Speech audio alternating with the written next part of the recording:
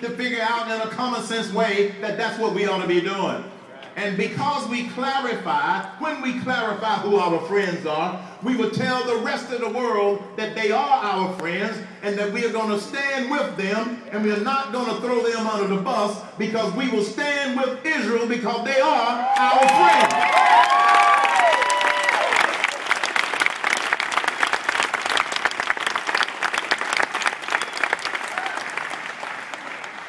You see, when your enemies aren't clear where you stand with your friends, it's called weakness. And weakness invites attack. It invites attack. That's my approach to foreign policy. We're going to go through the relationship we have with every nation on the planet and make it real clear who we consider to be our friends. And then we're going to get this economy going, because it can't wait. It cannot wait. We got a number of other things. I'll just touch on them real quickly.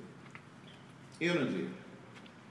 We have the resources to become energy independent, and we are going to have an energy independence strategy so we can get out of this dependency on foreign oil.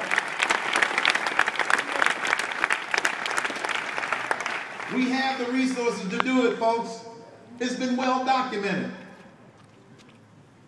When I make these comments inside the Beltway, the skeptics usually say, "But Mr. Cain, you can't do that."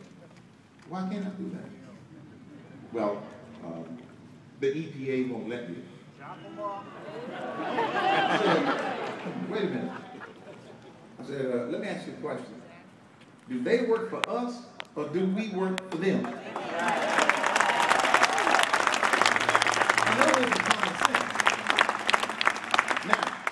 If they think that the people work for them, then in a Cain administration, there will be a serious attitude adjustment in the EPA.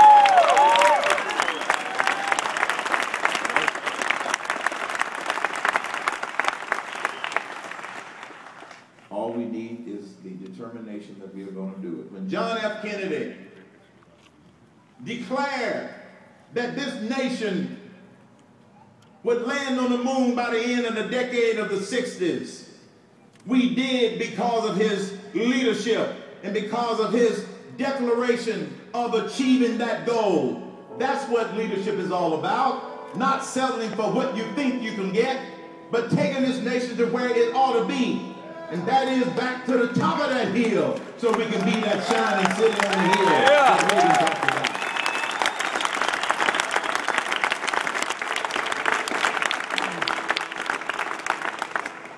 Illegal immigration, it's 4 problems. You might have noticed a common theme. I always start with, I learned this from being a mathematics major. What's the problem? That's right. If you don't know what the problem is, how are you going to fix it? You can't.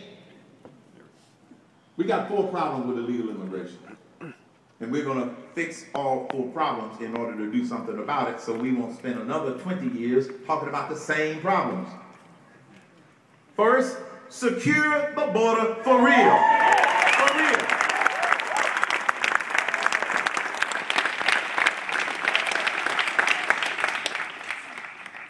Here again, the skeptics go, Mr. Cain, how are you going to secure the border? So, well, we got a combination of 3 things. It's common sense. Part of it will have a real fence, 20 feet high, with barbed wire. Electrified. With a sign on the other side that says, "It can kill you." It'll be in English and Spanish.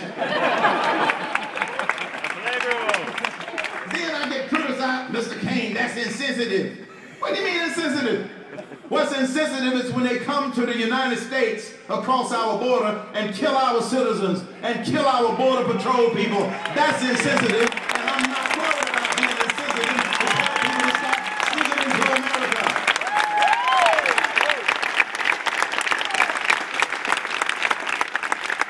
America is a nation with wide doors.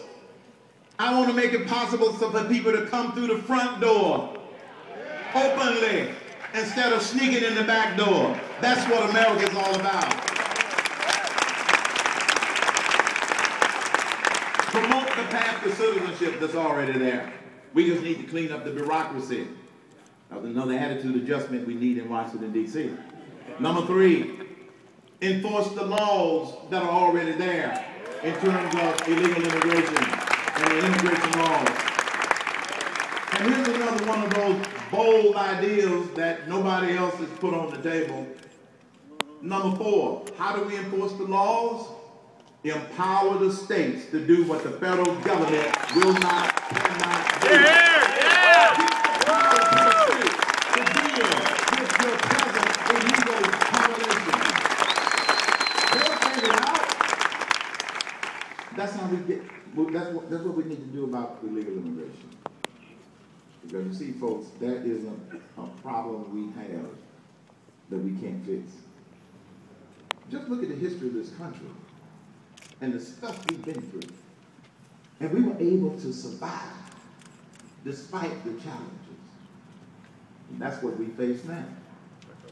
We will get past these challenges because you will rise to the occasion and make sure you've got the right leadership in the White House. The founding fathers, they got it right. They got it right. They didn't know all of the obstacles that they were going to encounter. They had a vision. That vision was to create the greatest nation on earth with a few simple principles that are embedded in the Declaration of Independence, that inspired the writing of the Constitution, along with a free market system. Name one other nation that's been around for 235 years that is as great as this nation. You won't find one. Our formula works. We just need to fix some of the ingredients. And the founding fathers said, we hold these truths to be self-evident. You don't need to explain it, it's self-evident.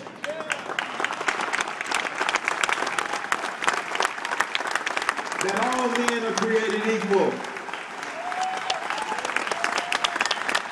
That they are endowed by their Creator. Not somebody else's, not the government, not the president, their Creator. With certain unalienable rights, that among these are life, liberty, and the pursuit of happiness. When it said that among these, that meant that they might have been thinking about some others. I happen to think it included the unalienable right to protect yourself, to protect your family, and to protect your property. We call it the Second Amendment. Leave it alone.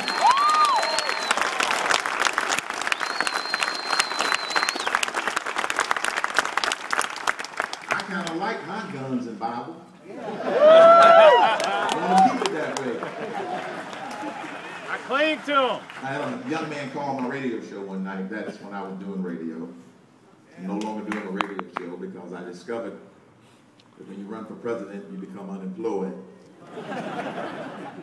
But it's worth the sacrifice. A young man called my radio show one night. Mr. Cain, I'm frustrated. Why are you frustrated? Well, I'm frustrated because I don't like the direction of the country. What can I do? I said, well, are you a registered voter? Yes. Do you vote in every election? Yes.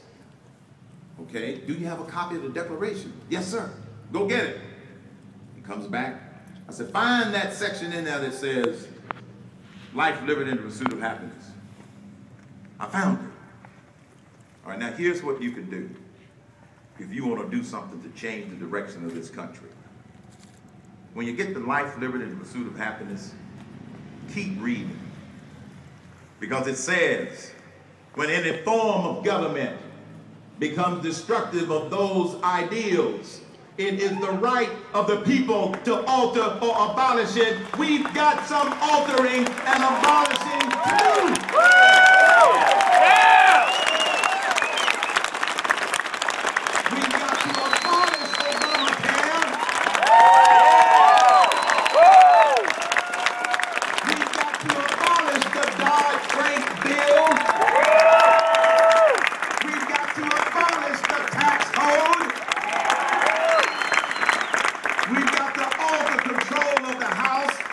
the United States Senate, and we're going to alter the occupant of the White House in November 2012. It's our right. Now here's how we're going to do that. My challenge to you, 3 very quick things. Number 1, stay informed. You're here. There's a lot of disinformation out there. 50% of the stuff